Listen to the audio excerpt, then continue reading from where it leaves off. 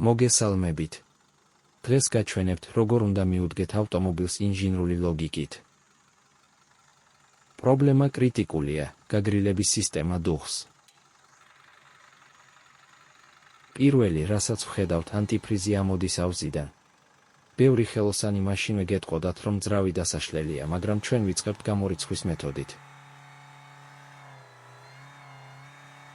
დაიმახსოვრეთ, სანამ ძრავს დაშლით, უნდა დარწმუნდეთ, რომ ყველა სხვა კვანძი გამართულია. ეს დაგიზოგავთ დროსაც და ფულსაც, შემდეგი ეტაპია რეალური ტემპერატურის გაზომვა. ჩვენ ვიყენებთ ჩვეულებრივ თერმომეტრს, რათა ზუსტად გავიგოთ რადიატორში მყოფი წყლის ტემპერატურა და შევადაროთ ის თავად ძრავის ტემპერატურას. ხშირად მაჩვენებლების პანელი გვატყუებს, ჩვენ კი გვჭირდება რეალური ციფრები. დაკვირვება მაჩვენა, რომ სისტემაში სითხე არ ცირკულირებს თანაბრად.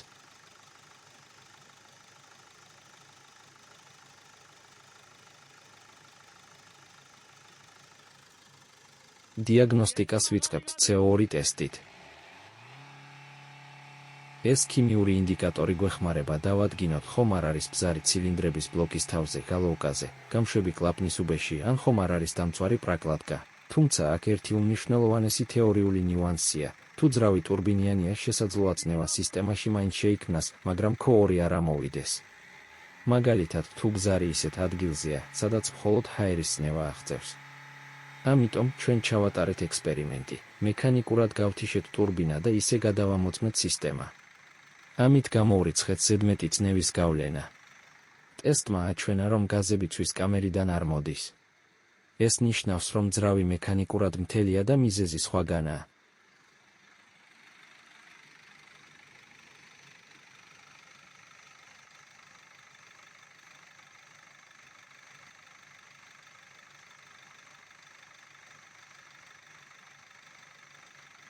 ვიწყებთ აგრეგატების დემონტაჟს. რადიატორები იხსნება და იწყება მათი ღრმაწმენდა სპეციალური ხსნარით.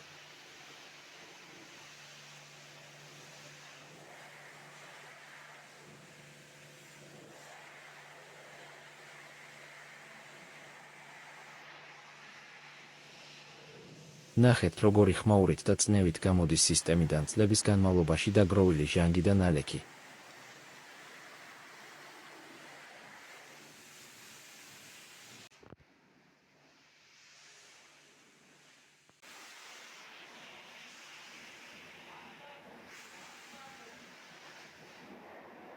თითოეული არხი უნდა გაიწმინდოს იდეალურად, რათა აღდგეს ნომინალური რეცირკულაცია. წყლის გარეშე ძრავი ვერ გაგრილდება, რა მდგომარეობაშიც არ უნდა იყოს სხვა დეტალები.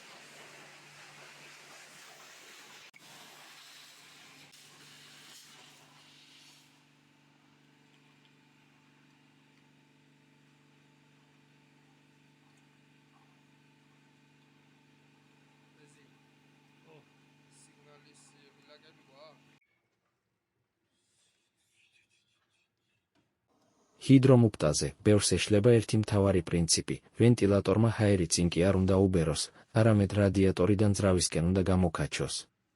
ჩვენი ძველი მუპტა თავისუფლად ტრიალებდა, რაც მუპტის ზიანს მიუთითებს.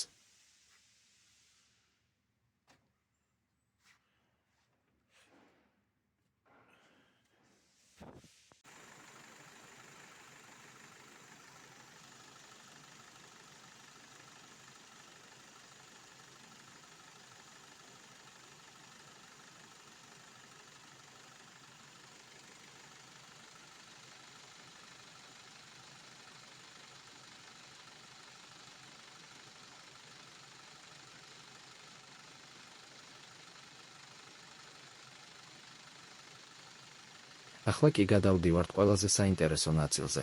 მიუხედავად იმისა, რომ ძრავის განყოფილებაში რადიატორი გავრეცხეთ და ჰიდრომუპტა შევცვალეთ, ტესტირებისას აღმოვაჩინეთ უცნაური დეფექტი. სალონის დეფლექტორებიდან, ჰაერგამომყვანებიდან ჰაერი არათანაბრად გამოდიოდა. თერმომეტრით გაზომვისას ვხედავთ დიდ სხვაობას, ზოგან ჰაერი ცხელია, ზოგან კი თბილიც კი არ არის. ეს მიგვანიშნებს იმაზე, რომ სალონისკენ მიმავალ არხებში გვაქვს სერიოზული შეფერხება.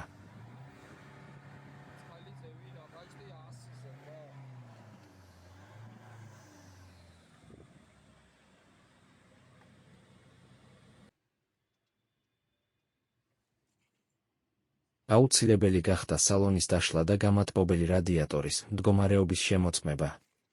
აქ ორი სერიოზული პრობლემა დაგხვდა. პირველი, ეს არის ფიზიკური ბარიერი.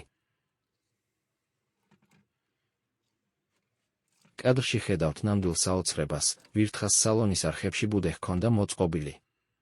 ნაგავი, ცელოფნის ნაჭრები, ეს ყველაფერი ჰერმეტულად ფარავდა რადიატორის ზედაპირს. როდესაც რადიატორი გარედან ასეა დახშული, ჰაერის ნაკადი მასში ვეღარ გადის, სითბოს წართმევა არ ხდება და შედეგად სალონში სითბოს ნაცვლად მხოლოდ სუსტი, თბილი ჰაერი მოგვეწოდებოდა. მეორე და უფრო კრიტიკული პრობლემა კი გათბობის რადიატორი. გათბობის რადიატორი, როდესაც მისი შიდა არხები ნალექითაა ამოვსებული, ირღვევა სითხის ნორმალური რეცირკულაცია. ეს ქმნის დამატებით ჰიდრავლიკურ წინააღმდეგობას, რაც პირდაპირ აისახება სისტემაში წნევის მატებაზე.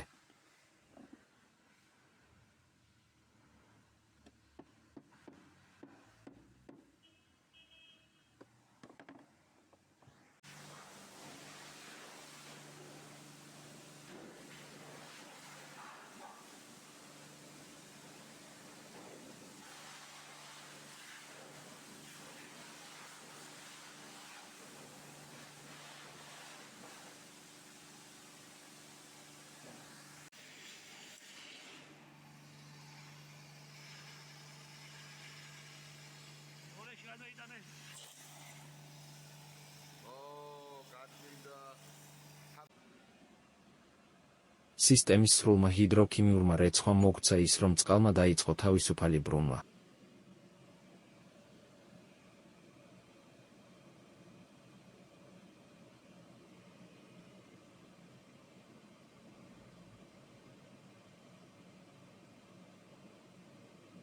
თერმომეტრით გაზომვისას სალონის დეფლექტორებიდან ცხელი ჰაერი თანაბრად გამოდის. ეს ნიშნავს, რომ რეცირკულაცია აღდგა და სისტემა უკვე ნორმალურ სამუშაო წნევაზეა.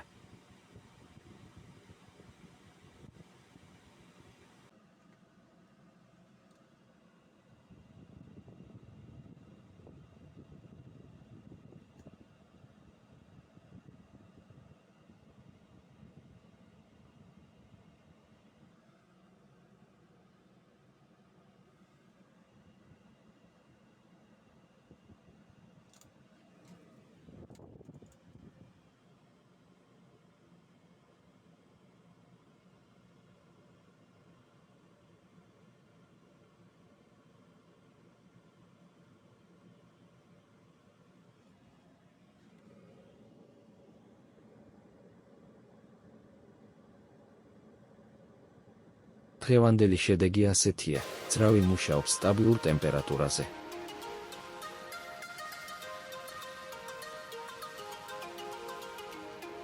სისტემაში წნევა ნომინალურ ფარგლებშია.